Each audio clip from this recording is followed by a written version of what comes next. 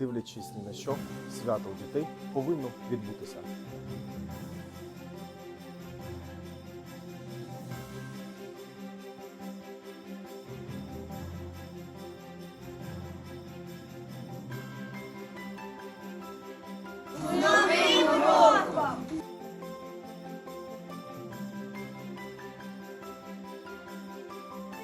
Бажаю всім успіхів, здоров'я і миру.